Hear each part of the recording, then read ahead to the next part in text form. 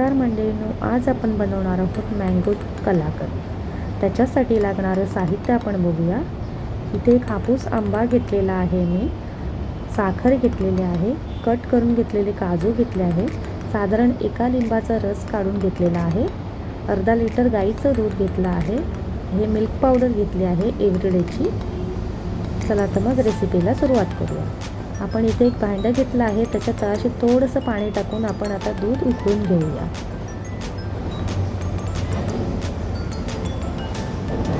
दुधाला एक उकळी आली की बघा थोडंसं त्याला मिक्स करून घ्यायचं आणि त्याच्यानंतर उकळ आलेली असतानाच आपण त्याच्यात एका लिंबाचा जो रस आपण काढून घेतला होता तो टाकायचा आहे। लिंबाचा रस टाकल्यानंतर आपण ते चमच्याने ढवळून घेऊया। गॅस सुरूच ठेवायचा आहे आणि आपण ते दूध फाडून घेणार आहोत। बघा व्यवस्थित असं हे दूध फाटलं गेलं आहे। आता आपण हे पाणी आणि वरती आलेलं पनीर आपलं ते वेगळं करून घेऊया। आता एक भांडं घेतलं आहे आणि अशी एक गाळणी घेतली आहे मी, त्याच्यात आपण हे काढून घेऊया। ह्यातलं जे एक्सेस पाणी आहे ते निघून जाईल। थोडंसं थंड पाणी टाकलं आहे मी आणि त्याला आपण गाळून घेऊया। बघा आपलं पनीर व्यवस्थित तयार झालेलं आहे आणि हा आंब्याचा पल्प काढून घेतलेला आहे। आता आपण एक पॅन घेऊया आणि त्याच्यामध्ये थोडंसं तूप टाकायचं आहे, जेणेकरून आपलं मिश्रण खाली लागणार नाही। हे जे पनीर तयार करून घेतलं आहे ते आपण आता व्यवस्थित त्याच्यात परतून घेऊया, जेणेकरून त्याचा खवा तयार होईल। त्याला व्यवस्थित भाजून घ्यायचं आहे आपल्याला। थोडं भाजलं की त्याच्यात आपण एक मिल्क पावडरचं पॅकेट पूर्ण ॲड केलं आहे। इथे मी एव्हरीडेचं 10 रुपयाचं मिल्क पावडरचं पॅकेट घेतलं आहे। मिल्क पावडरच्या ऐवजी तुम्ही इथे दूधही वापरू शकता किंवा कंडेन्स मिल्कही वापरू शकता।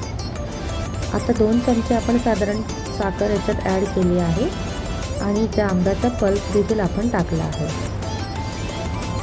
मिल्क पावडर ॲड केल्यामुळे साखर आपल्याला थोडी टाकायची आहे। 2 चमचे साखर पुरेशी आहे। तुम्हाला जास्त गोड आवडत असेल तर तुम्ही आणखीन टाकू शकता। आता हे पूर्ण एकजीव करून घेतलं आहे आपण व्यवस्थित। ते व्यवस्थित असं मिक्स झाल्यानंतर आपण त्याच्यात वरून आता काजू टाकणार आहोत। जे कट करून घेतलेले काजू होते ते थोडेसे त्याच्यात टाकायचे आहेत, बाकी सारे डेकोरेशनसाठी ठेवायचे आहे। आता ह्याला एकजीव करून घेतलं आहे आणि आता हे मिश्रण आपण थंड करण्यासाठी एका प्लेटमध्ये काढून घेऊया। आता ज्या भांड्यामध्ये आपण प्लेटमध्ये वडी सेट करायला ठेवणार आहोत कलाकंद, त्याला आपण थोडं तूप आणि ग्रीसिंग करून घेऊया। आता आपण त्याच्यात मिश्रण आहे ते टाकून व्यवस्थित सेट करून घेऊया।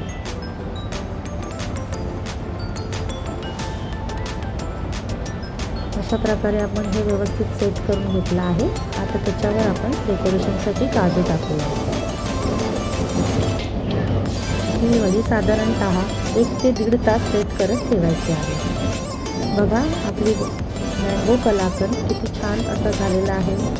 तुम्हाला ही रेसिपी आवडली असेल तर तुम्ही नक्की घरी करून बघा आणि माझा पूर्ण व्हिडिओ तुम्ही बघितला ना, तो तुम्हाला जर आवडला असेल तर माझ्या चॅनलला लाईक, शेअर आणि सबस्क्राईब करायला विसरू नका। थँक्यू।